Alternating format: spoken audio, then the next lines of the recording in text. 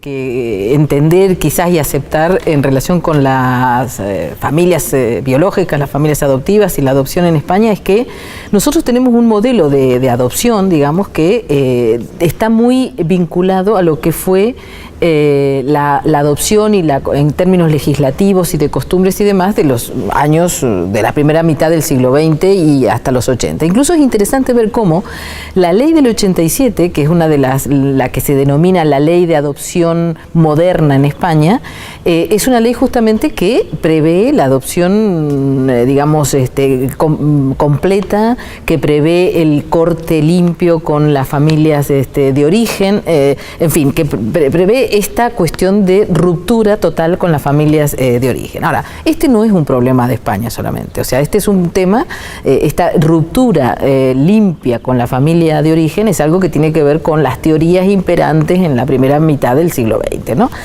Que también tienen que ver con, bueno, esta necesidad de que los niños y las niñas adoptadas fueran niños, fueran hijos en sentido pleno, incluso patrimonial y demás. Yo creo que había una buena intención en este sentido de ruptura, ¿no? Es decir, para darle derechos plenos, ¿no? Ahora, ¿qué pasa? Pasa esto que hemos ido viendo a lo largo digamos, de la investigación y demás, ¿no? Es decir, pasa que, primero, la adopción en muchos sentidos se pensó como digamos, la provisión de una familia a un niño que carece de ella. Y cuando se hablan de estos términos se piensa en un niño que es huérfano o una niña que es huérfana, ¿no? Ahora, ¿qué pasa? Lo que nosotros hemos visto es que los niños no son huérfanos, o los niños y las niñas no son huérfanos, sino son lo que hemos denominado técnicamente huérfanos sociales, es decir, niños que por alguna razón han perdido o no tienen la posibilidad de una familia. Es decir, hay una familia de origen, hay una familia biológica, hay una familia de nacimiento, o al menos hay una madre, digamos, de nacimiento, ¿no? Y entonces esta es realmente la dificultad, ¿no? Entonces, ¿qué pasa? En este corte limpio, que se llama el clean break, ¿no? En términos técnicos, ¿no? Nos ha pasado como en casi todo, con las cuestiones vinculadas a la infancia. ¿Qué se ha priorizado? Se ha priorizado el derecho adulto. El derecho de las familias adoptivas a decir si quieren o no que su hijo es adoptado, a la sociedad en general y a su propio hijo, y también el derecho de las madres de nacimiento o de las familias de nacimiento a decir o no que han dado un hijo en adopción. Entonces, se ha priorizado el derecho adulto, digamos, ¿no? Esto, digamos, si nosotros pensamos que la Convención de los Derechos de la Infancia es de fines de los 80, o sea, de los 90, es entendible, digamos, no se pensaban los derechos de los niños y las niñas, digamos, ¿no? Y lo que es peor, en el caso de la adopción o de la reproducción asistida, se piensa que los niños y las niñas serán siempre niños y niñas, cuando estos niños y niñas van a dejar de ser niños y niñas dentro de un rato, ¿no? Y van a convertirse en personas adultas. Ahora, esto significa que hay que volver a pensar estas cuestiones, ¿no? Hay que volverlas a pensar en términos de estas nuevas situaciones, pero también en función de las nuevas conformaciones familiares, ¿no?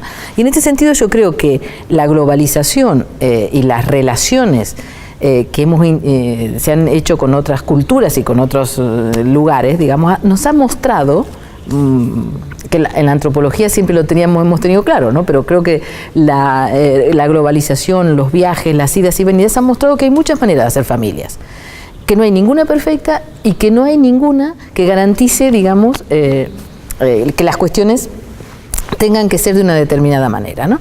Entonces debemos volvernos a pensar en esta cuestión, ¿no?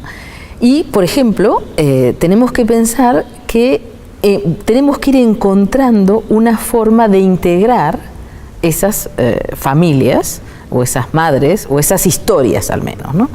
Y a mí siempre me gusta señalar, nosotros hace muchos años, yo creo que en un congreso de hace ya 12 o 14 años, nosotros hablamos de esto en nuestro grupo de investigación AFIM, ¿no? De la necesidad de incorporar a las familias biológicas o a las madres de nacimiento, ¿no?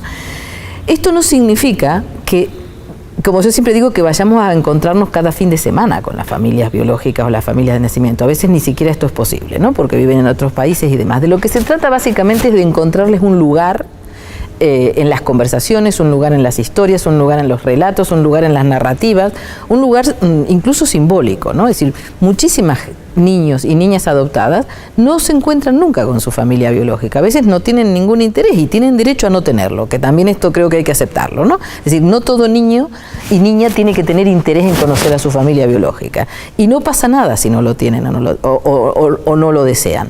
Pero lo importante es que si lo desean tengan la posibilidad de hacerlo, ¿no?